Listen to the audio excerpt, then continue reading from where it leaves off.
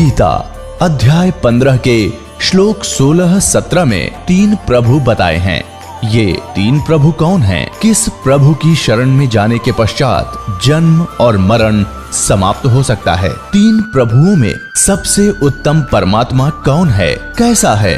उसका क्या नाम है? इन सभी गूढ़ रहस्यों को जानने के लिए अवश्य सुनिए जगत गुरु तत्वदर्शी संत रामपाल जी महाराज के अमृत वचन। अपने आत्माओं, यहाँ चौथे अध्याय के 32वें श्लोक में एक ब्रह्मणे मुखे शब्द है।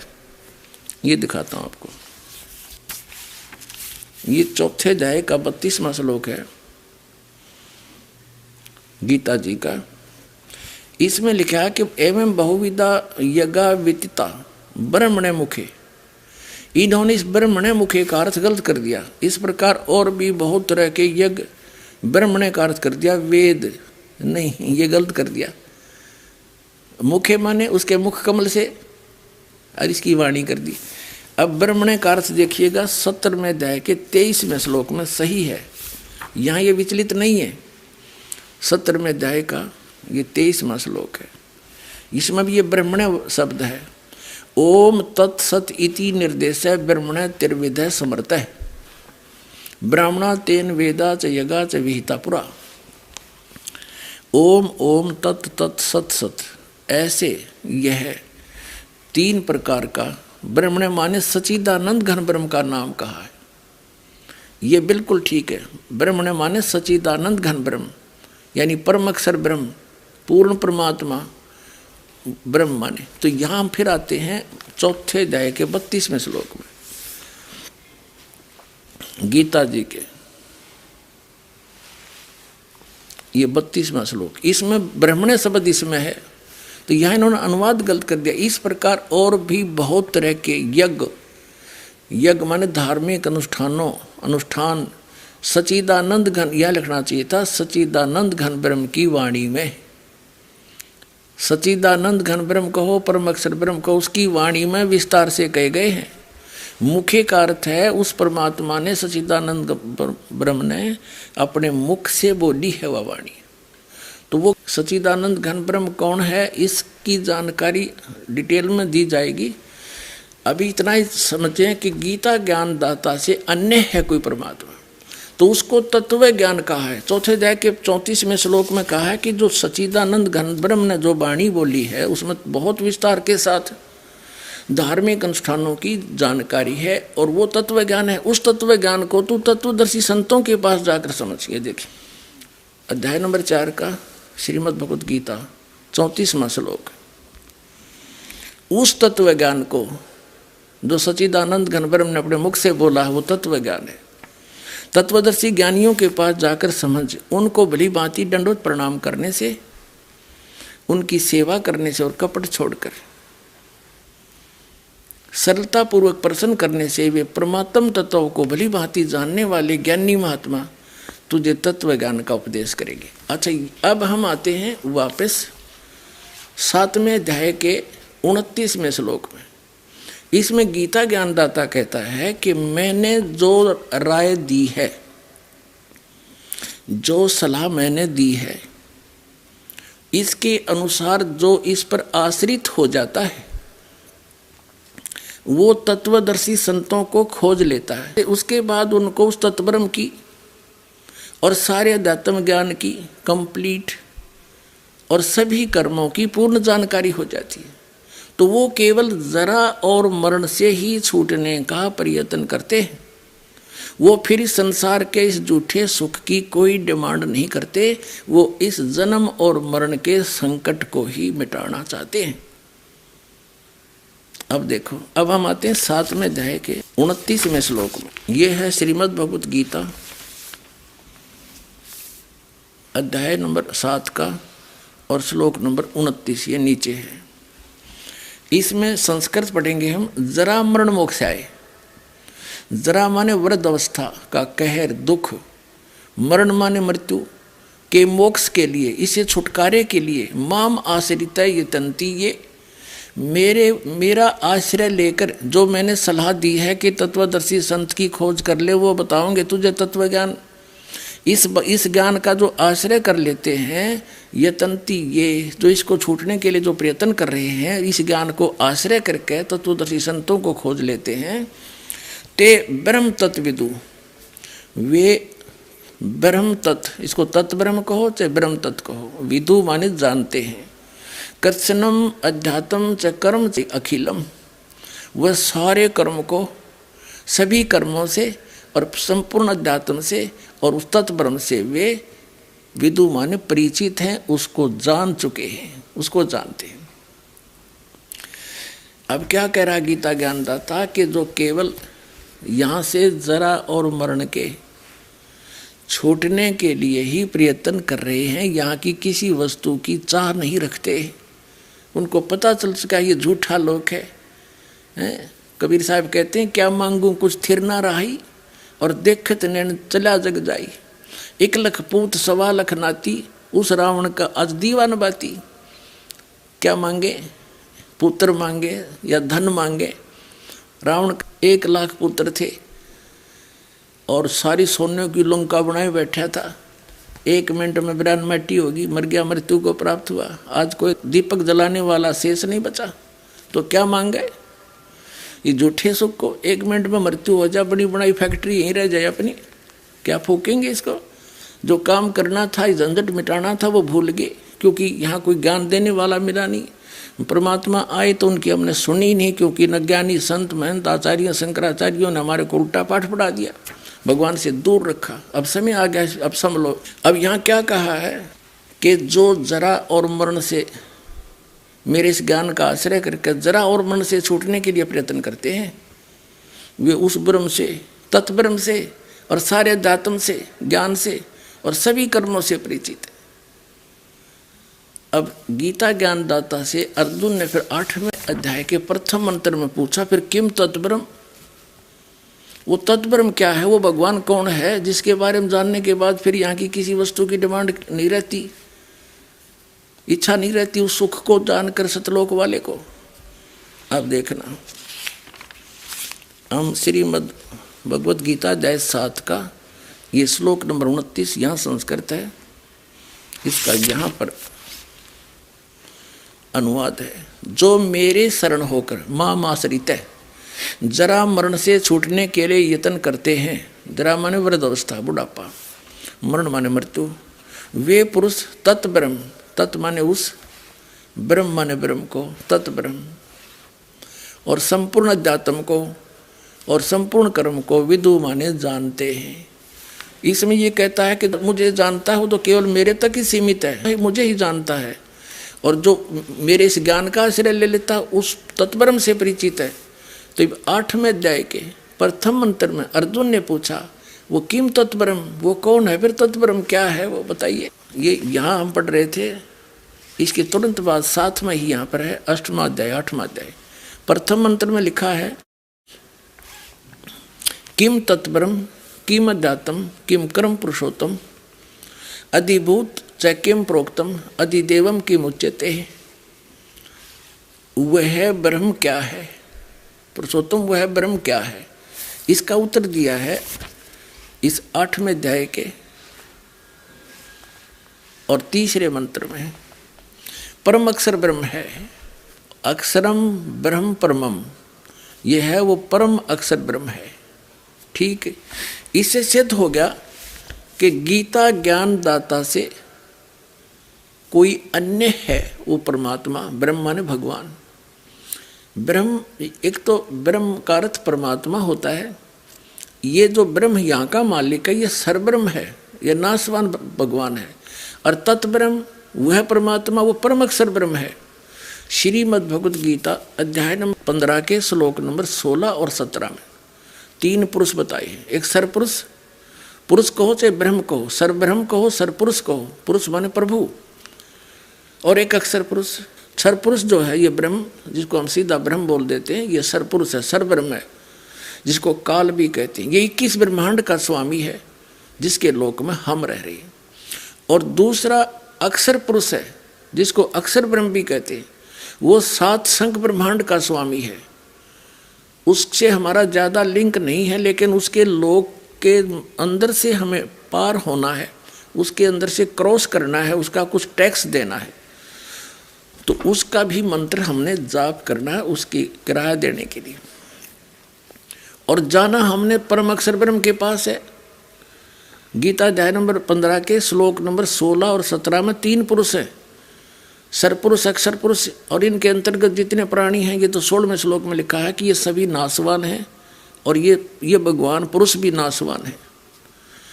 15वें अध्याय के 17वें श्लोक में ये देखिएगा, 15वां अध्याय श्रीमद् भगवद गीता 16वें श्लोक में लिखा है, दिवौ इमौ पुरुषौ लोके सरय च अक्षर एव च सरय सर्वाणी भूतानि कटुष्ट अक्षर उच्यते। इसमें लिखा है कि इस लोक में, पृथ्वी वाला लोक कहलाते हैं दोनों, इनका दोनों का क्षेत्र सरपुरुष और अक्षर पुरुष। ये अक्षर पुरुष और सरपुरुष, इस पुरुष को हम इनके साथ लगा सकते हैं। ये 2 पुरुष हैं, सरपुरुष और अक्षर पुरुष, और इनके अंतर्गत जितने प्राणी हैं सब नाशवान हैं, और जीवात्मा किसी की मरती नहीं, ये तो अंडरस्टूड है, अनुवाद ही नहीं का। इस संसार में नाशवान और अविनाशी भी ये 2 प्रकार के पुरुष हैं, ब्रह्म हैं, परमात्मा हैं, भगवान हैं, मालिक हैं। इसका अर्थ ये है, संपूर्ण प्राणियों के शरीर तो नाशवान है और जीवात्मा किसी की भी नहीं मरती है, तो अंडरस्टूड है, गधे की बिना मरती होता है। अब 17वें में कहा है कि उत्तम पुरुष तु अन्य परमात्मा इति उदाहरते, यह लोक चरमावी से विभर्ती अवय ईश्वर है। अवय माने अविनाशी।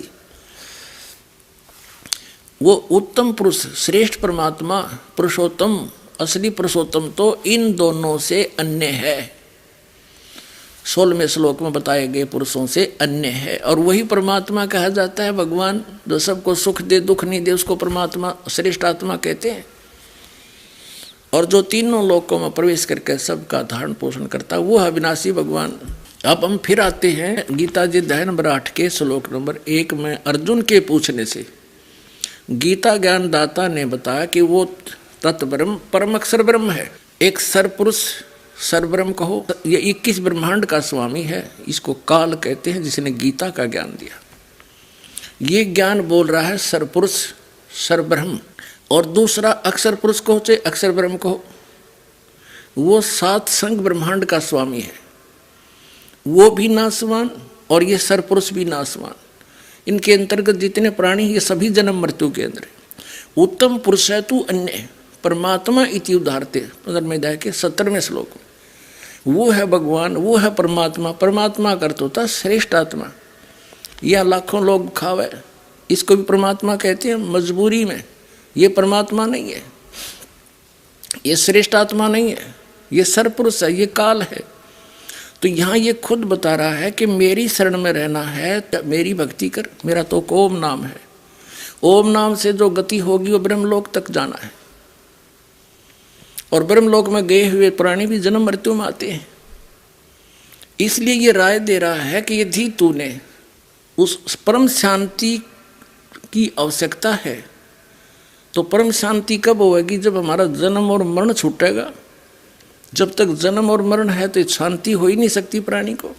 तो ये कहता है गीता ज्ञानदाता, यदि तूने उसकी शरण में जाना है तो तत्वदर्शी संत की खोज कर। और उसका मंत्र 17वें अध्याय के 23वें श्लोक में आपने पढ़ लिया। उसमें लिखा कि ओम तत्सत इति निर्देश है ब्रह्मण त्रिविध समर्थ है। ब्रह्मणे माने सच्चिदानंद घन ब्रह्म यानी परम अक्षर ब्रह्म के पाने का इस 3 मंत्र के जाप का निर्देश है। निर्देश माने नथिंग एल्स, डायरेक्शन, ऑर्डर और कुछ नहीं। और उसके बारे में गीता ज्ञानदाता कहता है कि वो कंप्लीट मंत्र मैं नहीं जानता कि ओम तो सीधा सरपुरुष का है ब्रह्म का, और तत् और सत ये सांकेतिक कोड वर्ड है। ये दास बता सकता है इस पृथ्वी पर, किसी के पास नहीं आज के दिन। और पहले तो भगवान आए थे स्वयं, वो जान बता ही गए थे, या उन महापुरुषों को ज्ञान था जिनको वो मिले थे। मालिक सीधे आकर कबीर जी उनसे प्रतिज्ञा करा दी थी कि अभी इस तत्व ज्ञान को खोलना नहीं है, अब समय है वो इसको खोलने का। तो अब ये दास को आदेश दिया परमात्मा ने कि अब इसका तो सब जगह सार्वजनिक कर, लेकिन बताना उसको है जो शरण में आएगा। ये कोड वर्ड है तत् और सत। ओम तो ब्रह्म का, सरपुरुष का, सरब्रह्म का, और तत् ये अक्षर ब्रह्म का, अक्षर पुरुष का मंत्र है। तत् और सत ये सांकेतिक कोड वर्ण है, ये दास के पास है। वो परम अक्षर ब्रह्म का तीसरा जो मंत्र सत्य है, जिसको सार नाम भी कहते हैं, जिसको सार शब्द भी कहते हैं। तो उस परमात्मा के उस लोक में जाने के लिए, जहाँ जाने के बाद फिर लौटकर संसार में कभी नहीं आते, उसके लिए तो आपने तत्वदर्शी संतों की खोज कर वो बताएगा। जैसे गीता जी अध्याय नंबर 15 के श्लोक नंबर 1 से लेकर 4 में तत्वदर्शी संत की पहचान भी बताई है कि जो उल्टे लटके हुए संसार रूपी वृक्ष के सभी विभाग बतावेगा। ऊपर को जड़, नीचे को तीनों गुण, रजगुण ब्रह्मा सतगुण विष्णु तमगुण शिवजी रूपी शाखा वाला ये उल्टा लटका हुआ संसार रूपी वृक्ष है। और जो संत इसके सभी पार्ट बता देगा, सभी विभाग बतावेगा, पत्तों से लेकर जड़ तक, तना कौन भगवान है, डार कौन भगवान है, और शाखा कौन है, और पत्ते क्या है, मूल भगवान कौन है। स वेदवित, वह वेद के तात्पर्य को जानने वाला, अर्थात वो तत्वदर्शी संत। ये देखिए गीता जी अध्याय नंबर 15 का ये पंचदशो अध्याय का प्रथम श्लोक है। ऊर्ध्व मूलम अधः शाखम अश्वत्थम प्राहु अव्यम छंदासी यस्य प्रणानी ये तम वेद स वेदवित। ऊर्ध्व माने ऊपर को, अधः माने नीचे को। ऊपर को जड़ है, नीचे को शाखा। ये देखिएगा संसार रूपी वृक्ष जो कबीर परमेश्वर जी ने अपनी रचना को आप ही आकर बताया है और अब इस दास को ज्ञान कराया है। ये देखिएगा, ये समझो उल्टा लटका हुआ एक संसार रूपी वृक्ष है। ऊर्ध्व मूलम अधः शाखम। गीता ज्ञान दाता ने केवल ये बोला है कि ऊपर को जड़, नीचे को तीनों गुण, रजगुण ब्रह्मा सतगुण विष्णु तमगुण शिवजी रूपी शाखा वाला उल्टा लटका हुआ संसार रूपी वृक्ष है। और जो इसके सभी छंद यानी विभागों को बता देगा, स वेदवित। कबीर परमेश्वर सुनाए थे अपना ज्ञान आप ही बताने के लिए। उन्होंने 600 वर्ष पहले कहा था अक्षर पुरुष एक पेड़ है, इसको निरंजन कहो या सरपुरुष कहो। सरपुरुष वाकी डार और तीनों देवा शाखा है, पात रूप संसार। जड़ कौन है ये दास बताएगा। ये दास भेजा तत्वदर्शी संत बना के। ये जड़ है परम अक्षर ब्रह्म, और ये तना है अक्षर पुरुष, पर ब्रह्म भी कहते हैं इसको। और डार है ये सरपुरुष ब्रह्म, ज्योति निरंजन काल, जो ब्रह्मा विष्णु महेश का पिता है। और इसकी आगे इसके 3 पुत्र इस संसार की शाखाएं हैं, रजगुण ब्रह्मा सतगुण विष्णु तमगुण शिव जी। और हम पात रूप संसार।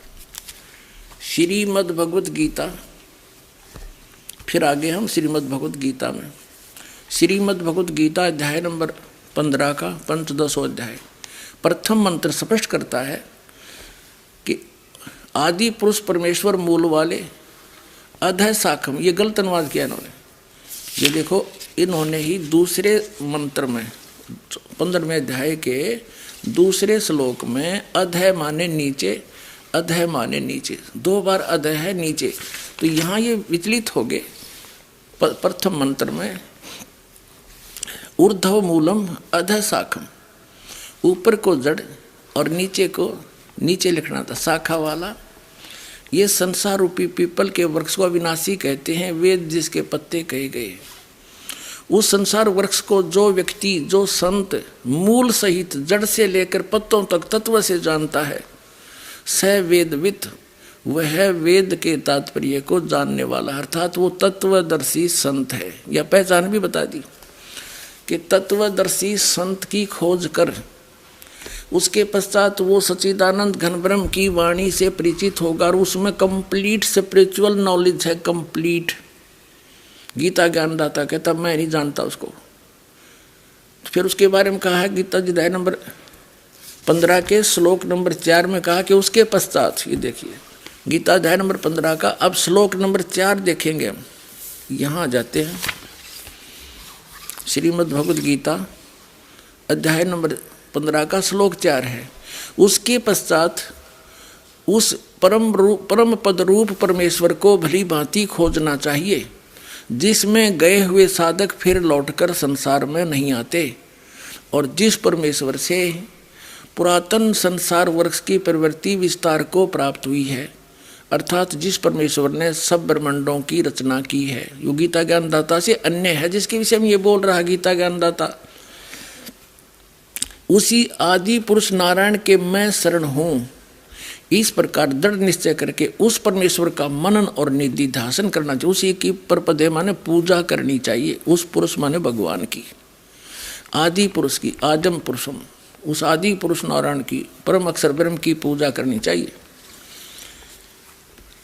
अब इसमें स्पष्ट कर दिया गीता जी अध्याय नंबर 15 के श्लोक नंबर 1 से लेकर 4 में कि तत्वदर्शी संत की प्राप्ति के पश्चात परमेश्वर के उस परम पद की खोज करनी चाहिए जहाँ जाने के बाद साधक फिर लौटकर कभी संसार में नहीं आते, उनकी कभी जन्म मृत्यु नहीं होती। श्रीमद् भगवत गीता अध्याय नंबर 18 के श्लोक नंबर 62 में कहा कि अर्जुन तू सर्वभाव से उस परमेश्वर की शरण में जा, उसकी कृपा से ही तू परम शांति को और सनातन परम धाम को प्राप्त होगा। बात खत्म होगी। अब गीता ज्ञानदाता अपने विषय में भी कह रहा कि मेरी भक्ति कर, युद्ध करना ही पड़ेगा, जन्म मृत्यु तेरी भी रहेगी मेरी भी रहेगी।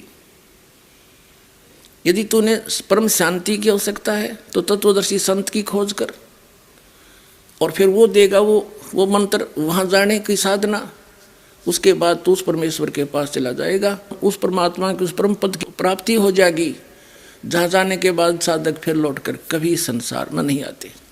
अब देखिएगा 8वें अध्याय पर फिर आते हैं। ये है गीता जी अध्याय नंबर 8 का, हम फिर से दोहराएंगे। यहाँ 8वां अध्याय है। प्रथम मंत्र में अर्जुन ने पूछा कि हे परमात्मा, आपने 7वें अध्याय के 29वें श्लोक में, यह 7वें अध्याय का 29वां श्लोक है, जो मेरे प्राण होकर के जरा मरण से छूटने के लिए यत्न करते हैं वे तत् ब्रह्म, तत् उस ब्रह्म मान ब्रह्म को और संपूर्ण अध्यात्म को, संपूर्ण कर्मों को जानते हैं। तो यहाँ पूछा है 8वें अध्याय के प्रथम मंत्र में, तो किम तत्ब्रह्म, वो तत्ब्रह्म क्या है, दातम क्या है और कर्म क्या है। तो इसका उत्तर दिया है 8वें अध्याय के गीता जी के 3रे मंत्र में कि वह परम अक्षर ब्रह्म है। और अभी आपने 15वें अध्याय के 1 से लेकर 4 में स्पष्ट कर लिया कि तत्वदर्शी संत वो होगा जो सभी संसार रूपी वृक्ष के विभागों को बता देगा। उसके पश्चात परमेश्वर के उस परम पद की खोज करनी चाहिए, जहाँ जाने के बाद साधक फिर लौटकर कभी संसार में नहीं आते। तो यहाँ बताया है कि वो परम अक्षर ब्रह्म है। अब 8वें अध्याय के 5 और 7 श्लोक में गीता ज्ञानदाता अपने विषय में कहता है, तू मेरा भक्त बन, मुझे ही प्राप्त होगा, और मेरा स्मरण कर और युद्ध भी कर। मेरी भक्ति करनी है तो 8वें अध्याय के 13वें श्लोक में गीता जी में आपने देख लिया। ये देखिए 8वें अध्याय का 13वां श्लोक, ये गीता अध्याय नंबर 8 का, श्रीमद् भगवद गीता अध्याय 8 का श्लोक नंबर 13 में स्पष्ट किया है, ओम इति एकाक्षरम ब्रह्म व्यवहारण माम अनुस्मरण ये प्रियाति तजन देहम सयाति परमाम गति। मुझ ब्रह्म का, माम ब्रह्म, मुझ ब्रह्म का ओम इति एक अक्षर, केवल ये एक ओम अक्षर है, और जो उच्चारण करके सिमरण करता हुआ यह प्रियाति तजन देहम, अंतिम सांस तक जो सिमरण करता हुआ शरीर छोड़कर जाता है, ये सयाति परमाम गति, वह ओम से मिलने वाली परम गति को प्राप्त होता है। मेरी ये ओम मंत्र है और इससे मिलने वाली ही परम गति है। यहाँ से शुरू किया है कि जो पुरुष ओम ओम इस एक अक्षर ब्रह्म को उच्चारण करता हुआ मुझ निर्गुण ब्रह्म का सिमरण करता हुआ शरीर छोड़कर त्याग कर जाता है, वह पुरुष परम गति को प्राप्त होता है, जो ओम से मिलने वाली परम गति है। ओम से मिलने वाली परम गति क्या है? ब्रह्मलोक। 8वें अध्याय के 16वें श्लोक में लिखा है कि ब्रह्म लोक पर्यंत सब लोग पुनरावृत्ति में है। यहाँ देखो ये स्टार लगा रखा पुनरावृत्ति पर, यहाँ इन्होंने टिप्पणी की है, अर्थात जिसको प्राप्त होकर पीछे संसार में आना पड़े ऐसे। इसको ब्रह्म पुनरावृत्ति, ब्रह्मलोक में गए हुए प्राणी भी पुनरावृत्ति में है, वहाँ गए हुए भी जन्म मृत्यु में ही रहते हैं, परम शांति नहीं हो सकती। यहाँ इन्होंने अनुवाद गलत कर दिया, परंतु अर्जुन हे कुंती पुत्र मुझको प्राप्त होकर पुनर्जन्म नहीं होता, ये अनुवाद गलत कर रखा है। इसका अर्थ ये है जो ये नहीं जानते कि ब्रह्मलोक तक भी गए हुए प्राणी जन्म मृत्यु में रहते हैं, वो मुझे प्राप्त होकर भी अर्जुन उनका पुनर्जन्म होता है। इसका अर्थ ये बनता है विद्ध माने जानना भी होता है। अब यदि इन नाला अनुवाद यहाँ पक्का माने हम कि मुझे प्राप्त होकर फिर जन्म मृत्यु को नहीं प्राप्त होते, तो फिर वो सारे श्लोक गलत हो जाते हैं। दूसरे अध्याय का 12वां श्लोक और चौथे अध्याय का 5 और 8वां श्लोक, ये देखो गीता अध्याय नंबर 2 का ये 12वां श्लोक है। न तो ऐसा ही है कि किसी काल में मैं नहीं था अथवा तू नहीं था अथवा ये राजा लोग नहीं थे, और न ही ऐसा है कि इससे आगे हम नहीं रहेंगे। यानी तेरा और मेरा और सबका, इन सबका जन्म मृत्यु होता रहेगा, हम अविनाशी नहीं है। यह देखो दूसरे अध्याय के 17वें श्लोक में कहा कि अविनाशी, तो ये 17वां श्लोक है दूसरे अध्याय का। नाश रहित तो उसको जान जिससे ये संपूर्ण जगत दर्शय वर्ग व्याप्त है, यानी जिसने सब ब्रह्मांडों की रचना करी है। इस अविनाशी का विनाश करने में कोई भी समर्थ नहीं है। गीता जी अध्याय नंबर 15 के श्लोक नंबर 17 में जिसके विषय में कहा है कि उत्तम पुरुषत्व अन्य परमात्मा इति उदाहरत है, यह लोग धर्म अविश्य विवर्ती अवैश्वर है, वो है अविनाशी परमात्मा। तो अब चौथे अध्याय के 5 और 9 में ये गीता ज्ञान दाता कहता है अर्जुन तेरे और मेरे बहुत जन्म हो चुके हैं। ये देखिएगा श्रीमद् भगवद गीता अध्याय 4 का ये श्लोक नंबर 5 है नीचे, इसका अनुवाद यहाँ पर किया इन्होंने। हे परंतम अर्जुन मेरे और तेरे बहुत से जन्म हो चुके हैं, उन सबको तू नहीं जानता, मैं जानता हूं। अब चौथे अध्याय का 9वां श्लोक, हे अर्जुन मेरे जन्म और कर्म दिव्य हैं, अलौकिक हैं। इससे सिद्ध है कि गीता ज्ञान दाता का जन्म और मृत्यु होता है, यह स्वीकार करता है। और यहाँ 8वें अध्याय के 16वें श्लोक में यदि ये मानने इनका अनुवाद कि मुझे प्राप्त होकर फिर कभी जन्म मरण में नहीं आते, तो ये खुद भी तो नाशवान है, इसको प्राप्त कैसे अविनाशी हो सकते हैं?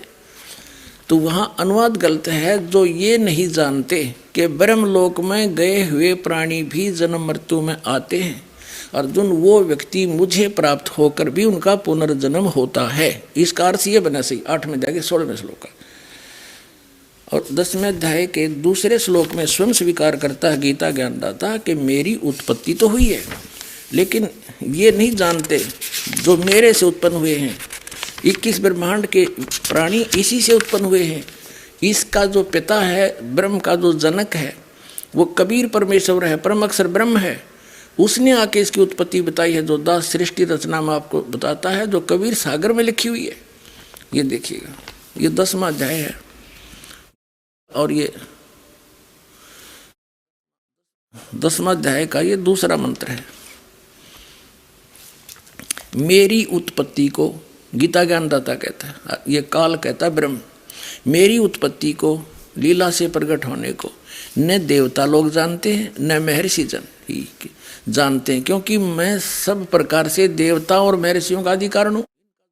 इनका पिता है ये ब्रह्मा विष्णु महेश का, तो पिता की उत्पत्ति को संतान कैसे जाने? 3 देव सो उसको ध्यावे, इस निरंजन का ये पार न पावे।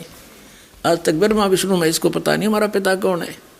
कबीर परमेश्वर ने आके बताया कि ज्योत स्वरूपी काल ये इनका पिता है और दुर्गा इनकी माता है। 600 वर्ष पहले कहा था। अब 8वें अध्याय का 13वां श्लोक आपने पढ़ लिया कि गीता ज्ञानदाता कहता है कि मुझ ब्रह्म का केवल एक ओम अक्षर है, इसका जाप करेगा तो मुझे प्राप्त होगा। ओम अक्षर की साधना करने वाला कहाँ जाएगा? ब्रह्मलोक में। पुणात्माओं ये एक बहुत घना अंधेरा हो रहा है, इसको कति जड़ते निकालना पड़ेगा जब हृदय में समाओगे आपके। एक और प्रमाण देता हूँ, श्रीमद् देवी भागवत, ये श्रीमद् देवी भागवत यानी देवी पुराण है। इसमें देखिएगा प्रमाण कितना शानदार है। गीता प्रेस गोरखपुर से प्रकाशित है। इसके संपादक हैं हनुमान प्रसाद पोदार और चिमन लाल गोस्वामी। ये गीता प्रेस गोरखपुर से प्रकाशित है।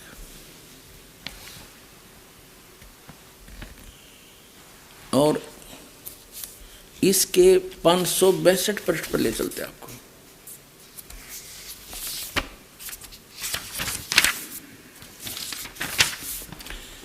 ये है 7वां स्कंद,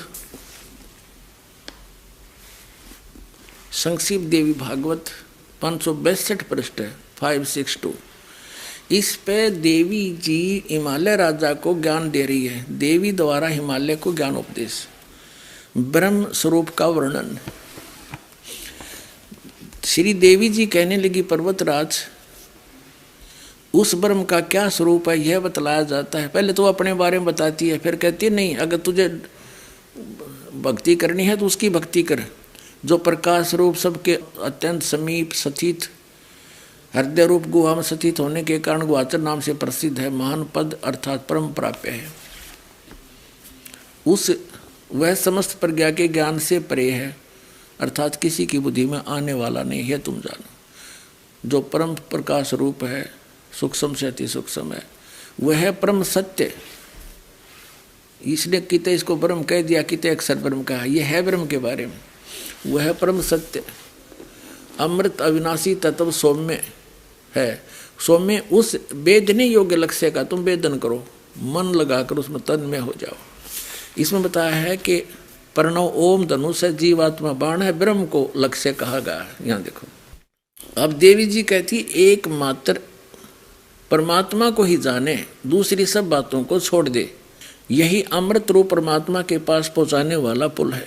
संसार समुद्र से पार होकर अमृत स्वरूप परमात्मा को प्राप्त कराने का ये सुलभ साधन है।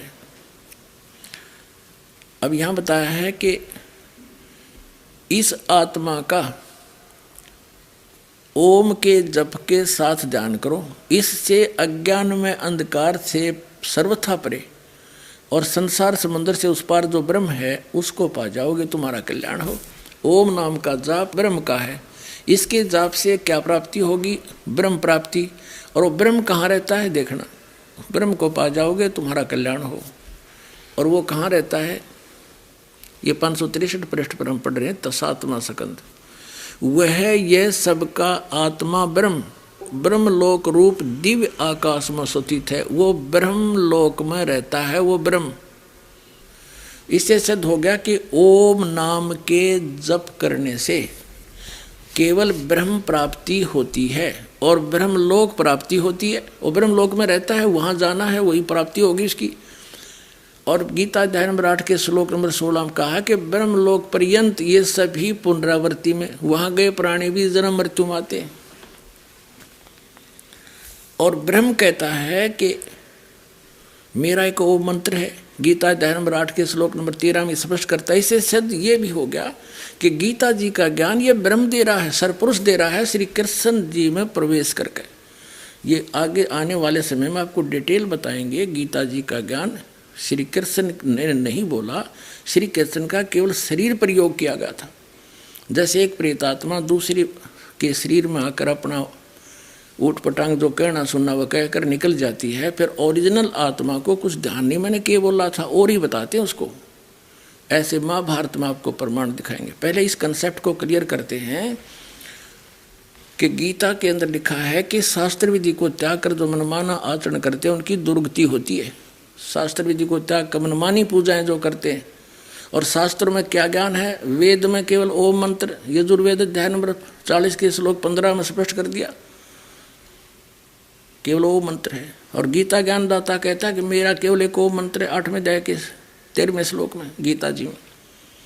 अब 8वें अध्याय के 5 और 7 मंत्र में ये कहता है मेरी भक्ति कर, मेरा भगत बन, मुझे प्राप्त होगा, पर युद्ध भी करना पड़ेगा। युद्ध करेगा फिर शांति कहाँ? फिर ये कहता परम शांति चाहिए, जरा मरण से छूटना चाहता है तो तत्वदर्शी संतों की खोज कर।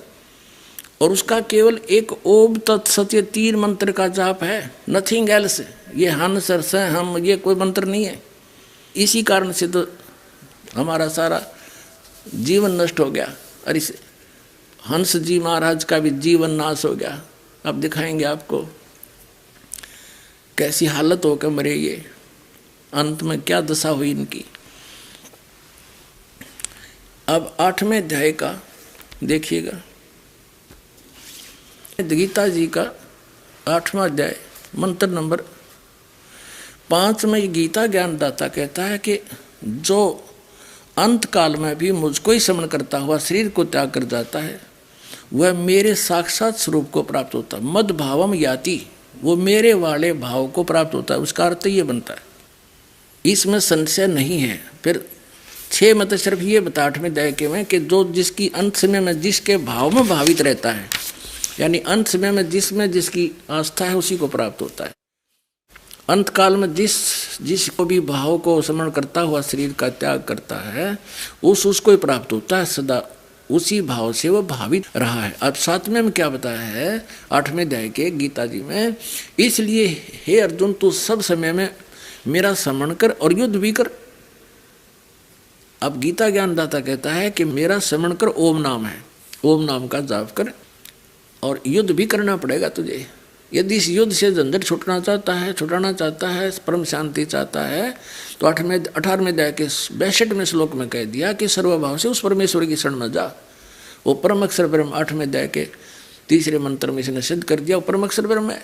और उसी की कृपा से ही, उस परमात्मा की कृपा से ही तो परम शांति को और सनातन परम धाम को प्राप्त होगा, जहाँ जाने के बाद लौटकर फिर संसार में प्राणी कभी नहीं आते। 15वें अध्याय के 4थे श्लोक में लिखा है। तो यहाँ ये कह रहा है कि मेरा स्मरण कर और युद्ध भी कर। अब इसके बाद क्या बताता है कि जो मेरा स्मरण करता है तो मुझे प्राप्त होगा, और उस परम अक्षर ब्रह्म की साधना करेगा उसको प्राप्त होगा। इतनी सी बात है। ये देखिएगा 8वें अध्याय का हम 7वां श्लोक पढ़ रहे हैं।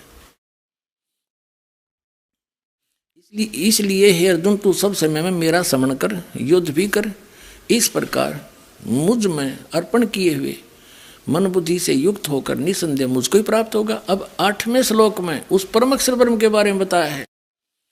8वें अध्याय के 8, 9, 10 3 श्लोकों में हे पार्थ ये नियम है, परमेश्वर के ध्यान अभ्यास रूप नहीं, अभ्यास योग युक्तेन, जो तत्वदर्शी संत जिस मंत्र का जाप बतावेगा उस जाप के अभ्यास से दूसरी ओर न जाने वाले चित्त से, यानी और किसी की पूजा नहीं करनी, निरंतर चिंतन करता हुआ परम दिव्यम पुरुषम, परम प्रकाश रूप दिव्य पुरुष को, अर्थात उस परमेश्वर को, परम अक्षर ब्रह्म को प्राप्त होता है।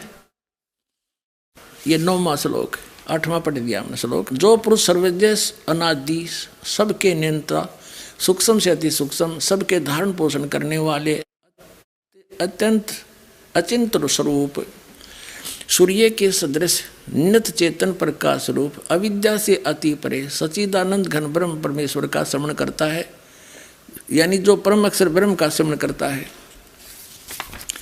अब 8वें अध्याय के और 10वां श्लोक हम पढ़ रहे हैं, 8, 9, 10 3 में। वह भक्ति युक्त पुरुष, वो भक्ति युक्त पुरुष उस 3 नाम के मंत्र के जाप करने वाला, उस भक्ति की शक्ति से अंत काल में योग बल से, यानी भक्ति की शक्ति से, योग माने साधना की शक्ति से भ्रकुटी के मध्य में प्राणों को अच्छी प्रकार स्थापित करके फिर निश्चल मन से श्रवण करता हुआ उस दिव्य रूप परम पुरुष परमात्मा को ही प्राप्त होता है। अब इसे क्या सिद्ध हो गया? श्रीमद् भगवत गीता में 2 परमात्माओं का रोल है विशेषकर, और तीसरा जो अक्षर पुरुष, जैसे गीता जी अध्याय नंबर 15 के श्लोक नंबर 16 और 17 में 3 पुरुष, 3 ब्रह्म बताए हैं। 3 पुरुष कहो, चाहे ब्रह्म को, स्वामी कहो, मालिक कहो, प्रभु कहो। एक सरपुरुष और अक्षर पुरुष, ये तो दोनों ही नासवान। इनके अंतर्गत जितने प्राणी हैं ये भी नासवान, जीवात्मा किसी की मरती ही नहीं। 15वें अध्याय के फिर 17वें श्लोक में कहा कि उत्तम पुरुष है तो अन्य परमात्मा इति उदाहरते, इन दोनों से अन्य है वो तो जिसको पुरुषोत्तम कहते हैं, वो परमात्मा, वो अविनाशी है, वो सबका धारण पोषण करता है और सबकी उत्पत्ति करने वाला सर्व उत्पादक प्रभु भी वही है। तो 8वें अध्याय के 3 मंत्र में परम अक्षर ब्रह्म के बारे में जानकारी, 8वें अध्याय के 8, 9, 10 में उस परम अक्षर ब्रह्म की साधना करोगे तो उसको प्राप्त होगे। 8वें अध्याय के 5 और 7 मंत्र में गीता ज्ञानदाता कहता है मेरी भक्ति करेगा मुझे प्राप्त होगा। ये है श्रीमद् भगवत गीता के अंदर यथार्थ ज्ञान और यथार्थ भक्ति विधि। और गीता अध्याय नंबर 16 के श्लोक नंबर 23 में कहा कि शास्त्र विधि को त्याग कर जो मनमाना आचरण करते हैं, ये देखिएगा गीता अध्याय नंबर 16 के श्लोक नंबर 23 में दिखाते हैं आपको। 23 और 24 में। गीता अध्याय नंबर 16 के श्लोक नंबर हम दिखाते हैं आपको। 23 में, जो पुरुष शास्त्र विधि को त्याग कर अपनी इच्छा से मनमाना आचरण करता है वह न सिद्धि को प्राप्त होता है, न परम गति को, और न सुख को ही। अब 24 में बताया कि इससे तेरे लिए, छोड़ में जाएगा 24वां श्लोक, इससे तेरे लिए कर्तव्य की व्यवस्था में कौन से कर्म करने चाहिए भक्ति के, कौन से ना करने चाहिए, शास्त्र ही प्रमाण है। ऐसा जानकर तो शास्त्र विधि से नियत कर्म करने योग्य है, यानी शास्त्रों में जो वर्णित है वही साधना कर अन्य करेगा तो कोई लाभ नहीं होगा, यूजलेस। अब श्री हंस जी महाराज और उसके सुपुत्र श्री सतपाल जी महाराज और श्री बाल योगेश्वर जी महाराज, प्रेम जी महाराज, वो क्या साधना करते हैं, कौन सा नाम जाप कराते हैं, वो क्रिया बताते हैं। आंखें और कान बंद करके अनहद सुनो और जिह्वा को उलट कर तालू पर लगाने की चेष्टा करो, इसको अमृत क्रिया कहते हैं। नाम क्या जाप देते, हंस है, हंस। और इसको कैसे करते हैं, सह अंदर हम बाहर। फिर ये एक बेतुकी बातें बनाई बैठे हैं कि हंस का उल्टा कर लेता है सो हम हो गया। हंस का उल्टा सो हम कैसे होगा, हंस का उल्टा करके देखिए, सह हम सो हम नहीं हुआ, ये तो बेतुकी बातें हैं। और सो हम का कैसे सिमरण के लिए बताते हैं, सो अंदर हम बाहर, ये इनकी पुस्तक में लिखा है।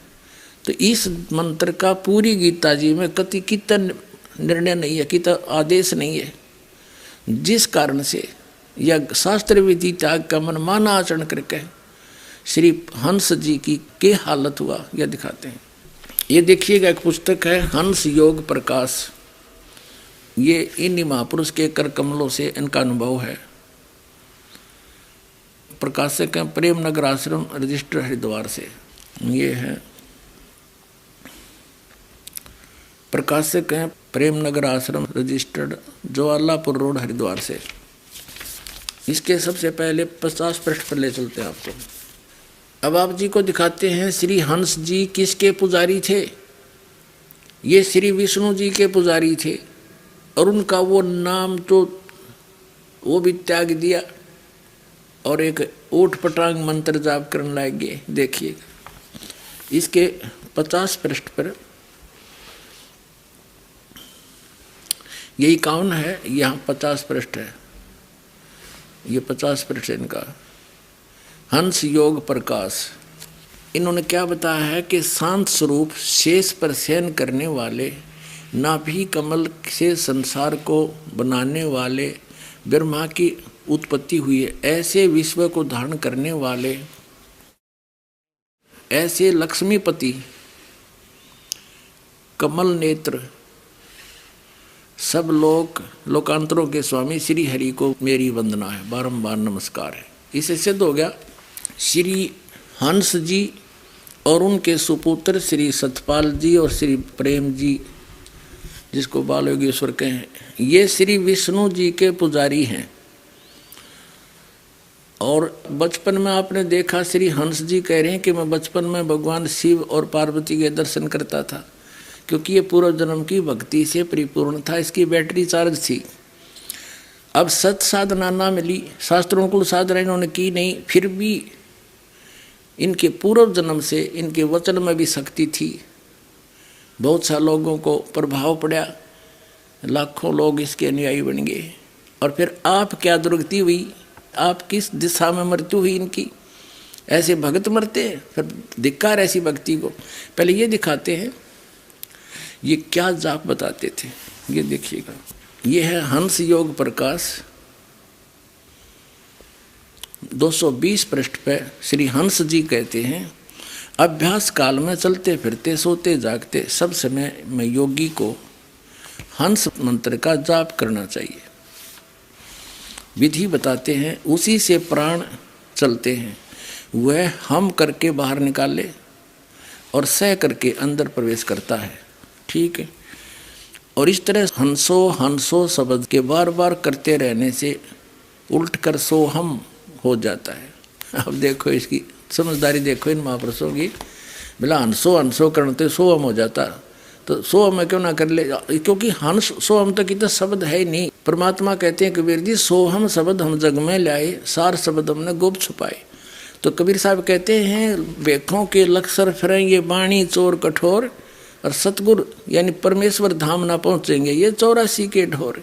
कबीर परमात्मा की वाणी से निकाल लिया सोहम। हंस शब्द इनका अपना है, इसको अननेसेसरी तरीके से उसको सिद्ध करने की चेष्टा करें कि हंस भी सोहम ही समझ लो। ये तो सिद्ध हो गया कि ये हंस मंत्र देते हैं, फिर ये बाद में इसको 100 बार हम अंतर करने लाएंगे। ये कोई मंत्र है? व्यर्थ है ये मंत्र। इसलिए परमात्मा कहते हैं अकेला सोहम जाप करने से भी व्यर्थ है। सोम सोम जप मरे व्यर्था जन्म गंवाया। इसका अलग से विधि है, किसी और मंत्र के साथ इसका संयोग है जो सतनाम बनता है। ओम और एक जो तत्व मंत्र है वो जोड़ के ये सब एक योग बनता है इसका, वो है यथार्थ भक्ति मंत्र। अब इन्होंने क्या प्रमाण दिया है कि श्री रामचंद्र जी ने, श्री हंस जी कहते हैं कि बेलनी को ज्ञान दिया वो सही है। तो भिलनी को श्री राम ने क्या ज्ञान दिया, इन्हीं के शब्दों में देखिएगा। ये है भक्ति योग है, और पुस्तक है हंस योग प्रकाश, और पृष्ठ 130 पे। कह रघुपति सुन भामिनी बाता, मानो एक भक्ति कर नाता। रघुपति जी कह रहे हैं भिलनी को कि एक भक्ति का नाता मानो। और यहाँ देखो इसने आखिर में इस पृष्ठ नंबर 131 पे यहाँ नीचे बताया है, राम भक्ति के ते अधिकारी जिनको सत्संगति अति प्यारी। ठीक है, यहाँ अब कहते हैं 5वीं विधि बताते हुए कहा है, मंत्र जप मम दृढ़ विश्वासा। मैं जो कह रहा हूँ मेरे इस वचन पर दृढ़ विश्वास करके उस मंत्र का जाप कर। कौन सा? पंचम भजन जो वेद प्रकाशा, जो वेद में भजन यानी मंत्र लिखा है उसका जाप कर, नथिंग एल्स। और ये वाणी भी प्रमाण में ले रहे हैं। वेद में क्या मंत्र है? यजुर्वेद अध्याय नंबर 40 के और मंत्र नंबर 15 में स्पष्ट किया है कि ओम करतो समर किलवे समर करतुम समर।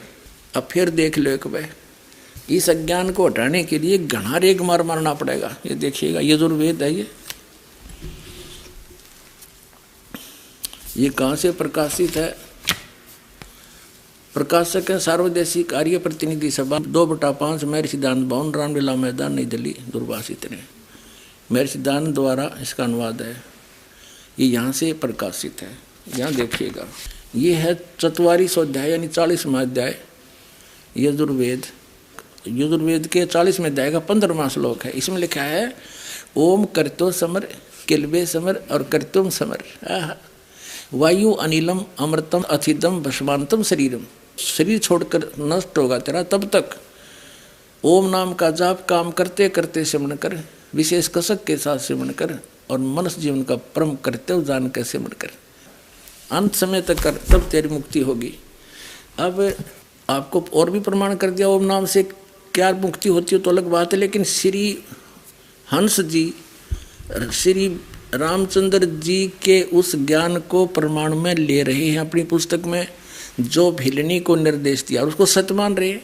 तो वो तो कह रहे हैं पंचम भजन जो वेद प्रकाशा, वेद में जो भजन मंत्र बताया है ओम नाम का उसका जाप कर। लेकिन अब श्री राम को भी इतना ही ज्ञान था, क्योंकि श्री राम श्री कृष्ण समझो। अब इससे ये सिद्ध हो गया कि श्री हंस जी हंस नाम का जाप के लिए बताया करते थे, और इसके पुत्र श्री सतपाल जी और श्री प्रेम जी यानी बाल योगेश्वर बोलना जिसको अमेरिका में दुनिया बिगाड़न लग रहा है वो, ये तीनों के तीनों शास्त्री विधि ताकर मनमाना हंस जाप करके और या खेतरी बुजरी मुद्रा करा के, जो कति यूजलेस संत मते में कहीं पर भी प्रमाण नहीं है। आइए अब हम उन श्रद्धालुओं के अनुभव जानते हैं जो जगत गुरु तत्वदर्शी संत रामपाल जी महाराज जी से दीक्षा प्राप्त कर चुके हैं तथा उनके द्वारा बताए गए भक्ति मार्ग पर चल रहे हैं। नमस्कार सर। नमस्कार सर जी। सर क्या नाम है आपका? बिशन दास। बिशन दास जी, आप कहाँ के रहने वाले हैं? मध्य प्रदेश MP। बिसनदास जी, संत रामपाल जी महाराज से नाम दीक्षा आपने कब ली? 11 मार्च 2014। सर, संत रामपाल जी महाराज से नाम दीक्षा लेने से पहले क्या आप कोई भक्ति साधना भी करते थे? उसके पहले भक्ति नहीं करते थे। विठोबा बाबा के भजन भाव हमारे सियाने बूढ़े करते थे, उस हिसाब से हम करते आए थे। 10-12 साल करा। उसके बाद में करपा से खेत बेच के हम यहाँ बुंडाला आए। फिर उस सतपाल महाराज में हमारे जीजा जी जुड़े थे और गाँव वाले भी जुड़े थे, तो उस हिसाब से भजन भाव होते थे। भजन भाव का बहुत शौक़ था मेरे को, तो उनके इसमें मैं जुड़ गया। तो 16-17 साल रहे हम सतपाल पंथ में, मगर उसमें हर महीने पैसे लेते थे वो, वार्षिक चंदा। तो उसमें मेरे को मन थोड़ा सा विचलित हो गया। देवी देवता की भी भक्ति करते थे, उसमें चर्म रोग और ये बवासीर की बीमारी, कैंसर, कान में फूटना, तो जो ये सारी बीमारी थी, ये सारे भक्ति करने के बाद में इतनी बीमारी थी मेरे को कि सारे शरीर पे चर्म रोग था। खून निकलता भगत जी, काफ़ी खून, डेली जितनी बार लेटरिन जाऊँगा उतनी बार खून निकलता था। उसके बाद में कोई आराम नहीं, इलाज भी कराते थे, जंगली दवा भी कराते थे। पैसे की कमी रहने के कारण ऑपरेशन नहीं करा पाए। कैंसर भी था।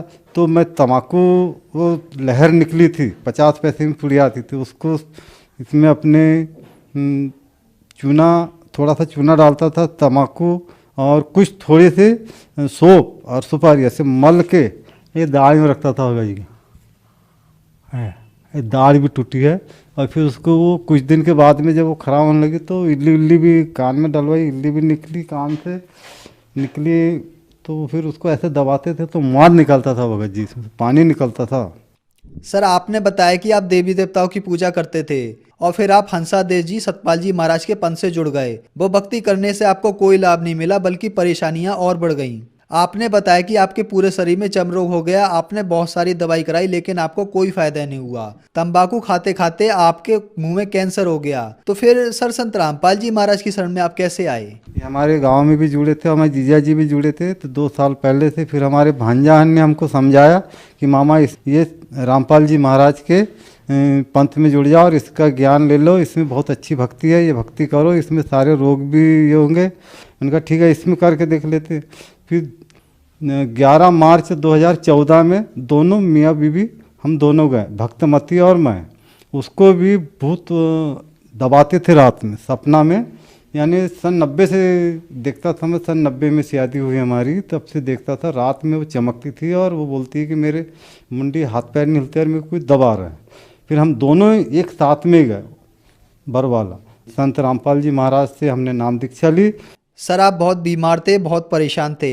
आपके पूरे शरीर में चर्म रोग था और आपको बहुत सारी परेशानियां थी। संत रामपाल जी महाराज के शिष्य ने आपको बताया कि आप संत रामपाल जी महाराज की शरण में जाइए, आपकी सभी परेशानियों का समाधान हो जाएगा। तो क्या संत रामपाल जी महाराज की शरण में आने के बाद आपकी सभी बीमारियां ठीक हुई?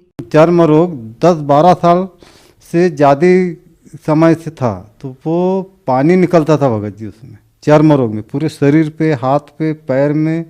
और ये जो पैर में इलाज कराता था तो बैतुल में झल्लार वाला डॉक्टर बोलते हैं उसको, पैर में इंजेक्शन देते थे। वो इंजेक्शन से जहाँ दिया वहीं का ठीक होता, बाजू में फिर दूसरी जगह से फुंसी तैयार होती थी, उसमें तो पानी निकलता था भगत जी। ये संत रामपाल जी महाराज की जो ये मंत्र दिए हैं गुरु जी ने, उस मंत्र के जाप करने से ये सारी धीरे धीरे शरीर के पूरे चर्म रोग ख़त्म होने लगे और मुआद भी निकल रहा था, वो ख़त्म हो गए। हुआ है मेरे को ये दाढ़ में, ये तम्बाकू, लहर, चूना, गुटखा सब खाने से ये इसमें कैंसर हो गया था, मतलब मुआद निकलने लग गया था। ऐसे दबाता, गिल्टी आती थी, दबाओ तो इसमें से पानी निकलता था। ये बड़े हॉस्पिटल में दिखाता था सर जी, वहाँ पे एक हमारा भांजा लगता था, तो हमारा इलाज वो बोल चाल के करवा देते थे, जल्दी काम पे भी आते। तो भी वो आराम नहीं, उसका ये भी था, एक्सरा भी था, मगर ये काफ़ी दिन हो गया। ये तो ये पेट का भी एक्सरा था और ये इसका भी था, कान का भी था। इसमें तो एक यहाँ से चीरा लगेगा, डॉक्टर ने हॉस्पिटल में बोला था वो। संत रामपाल जी महाराज की भक्ति करने से ये बगैर ऑपरेशन का ठीक हो गया। ये कान दर्द और कैंसर का ये सारे रोग ठीक हो गए। अब हमारी पत्नी की जो रात में जो दबाते थे, बोले भूत दैयत जो आते थे, जो भी आते होंगे, वो अपने देखा भी नहीं, मगर उसके हाथ पैर नहीं हिलते थे और हाँ करके वो चिल्लाते रहती थी। फिर मैंने कहा क्या हुआ करके उसको हिलाओ, तब वो शांत। तो ये भक्ति करने संत रामपाल जी महाराज की शरण में आने से भूत बाधा खत्म हो गई। मैं मिस्त्री काम करता हूँ, बढ़ई का काम करता हूँ, लकड़ी का काम करता हूँ, बहुत दिन से करता हूँ काम। ये सोफा फर्नीचर ये पल्ले सब बना लेता हूँ। मगर उस दिन पता नहीं कैसे कैसे क्या हुआ, वो मशीन ऐसी उचकी कि उचक के पेट पे लगी। पेट पे लगने के बाद में मैंने यहाँ से हाथ में दबाया, फिर मेरे को हॉस्पिटल में ले गया। फिर मैंने कुछ नहीं, सतनाम का जाप चालू से रखता था मैं। सतनाम का जाप करते पता नहीं संत रामपाल जी महाराज ऐसे मेरे को लिटाए, रात में सपना में मेरे को लिटाया। आप बोले लेटो बेटा, बहुत परेशान हो आप, तो मेरे को लिटाया, आके ऐसे अंडोखा से दबाया भगत सर जी। वो जब उसने दबाया तो मैंने दूसरे दिन देखा कि हाँ ठीक, थोड़ा आराम है। फिर 15 दिन बाद में फिर आए और संत रामपाल जी महाराज ने ऐसे चिमटी में खींचा, सफ़ेद कपड़े में आए बिल्कुल ऐसे यार बैठे और मेरे को लिटा दिया ऐसे हमारे वो नए मकान के कमरे में, और ऐसे चिमटी से खींचा। उस दिन से ये दर्द ख़त्म हो गया, जो कि मैं ये खाना खा के ये कड़ पे सो नहीं सकता था, इतना दर्द होता था भगत, चलने में दौड़ नहीं सकता था। और आज मैं दिन भर मिस्त्री काम करता हूँ सर जी, खाने पीने में कोई दिक्कत नहीं, दर्द नहीं, कोई बात नहीं। कैसे क्या है, 8 टाके लगे और 5 दिन में घाव भर के मेरी छुट्टी हो गई। वहाँ के डॉक्टर लोग बोलते थे सरकारी हॉस्पिटल में कि आपको ये कैसा हुआ, और ये बात अभी 4 महीने पहले की बात है। उन्होंने बोला कि ये तुमको ऐसी कौन सी शक्ति है जो कि इतना बड़ा घाव 5 दिन में भर के आपको छुट्टी मिल गई। उसके बाद में मेरे पास मेरी भक्तमती बोलती थी कि ये झोपड़ी थी भगत जी, तो वो बोलती थी कि अपन कभी मकान बना सकेंगे पक्का। संत रामपाल जी महाराज की कृपा से अभी प्लास्टर चल रहा है, 6 कमरे का मकान बन गया, 600 स्क्वायर फीट मकान है, 25 डिसमिल ज़मीन है, बच्चे है, बढ़िया कैमरा का काम कर रहा है बड़ा लड़का, छोटा लड़का ट्रैक्टर चला रहा, सोनालिका ट्रैक्टर है, 4 चक्के की ट्राली है, गन्ना का काम चलता है। और इसके बाद में 2 गैया बच्चा है, बढ़िया आनंद से दूध अपने घर के लिए हो जाता है। संत रामपाल जी महाराज की कृपा से आज बहुत सुखी हूँ। और 7:30 बजे मैं बैतुल चल जाता था भगत जी काम करने, आज 7:30 बजे सो के उठता हूँ भगत जी, और फिर भी 10 बजे काम पे जाता हूँ। बढ़िया आराम से मस्त अपने काम करते हैं, घर पे आते हैं, सुखी परिवार है। सर, संत रामपाल जी महाराज से नाम दीक्षा लेने के बाद आपको बहुत सारे लाभ मिले। आपके पूरे शरीर में बीमारियां ही बीमारियां थी। आपने बताया कि आपको 10-15 साल से चर्म रोग था, आपके पेट में दर्द होता था, आपको कैंसर हो गया था और आपके कान से भी मवाद आता था। बहुत सारी बीमारियां थी आपको, आप अपनी जिंदगी से बहुत ज्यादा दुखी थे। तो फिर आप संत रामपाल जी महाराज की शरण में आए और संत रामपाल जी महाराज ने आपको इन सभी बीमारियों से निजात दिलाया। एक बीमारी का इलाज तो संत रामपाल जी महाराज ने खुद आपके पास आके किया। इससे ये भी जाहिर होता है कि उनके शिष्यों के लिए वो हर समय उनके साथ रहते हैं। तो जो श्रद्धालु आज आपको देख रहे हैं वो भी किसी न किसी बीमारी से ग्रस्त है, खास करके वो लोग जो आज कैंसर के मरीज है, कैंसर के अस्पताल भरे हुए हैं, उनके लिए आप क्या कहना चाहेंगे? क्या वो भी संत रामपाल जी महाराज से नाम लेकर ठीक हो सकते हैं? ठीक हो सकते हैं। ये संत रामपाल जी महाराज के ज्ञान ऐसी है, भक्ति ऐसी है, इस भक्ति करने से कैंसर, लकवा, टीबी, ये सारे रोग से ये संत रामपाल जी महाराज डॉक्टर भी है और मास्टर भी है। तो हम ये बोलते हैं जो सतपाल महाराज में भी जुड़े वाले हैं, जो भी संत हैं और उनके जो भगत हैं वो सच्चिदानंद बोलते हैं, और वो सच्चिदानंद वाले भाई लोग सारे संत रामपाल जी महाराज के शरण में आकर के अपना कल्याण करवाओ। और सबसे अच्छा यही एक रास्ता है और यही भक्ति है और यही मुक्ति है। धन्यवाद सर। साहब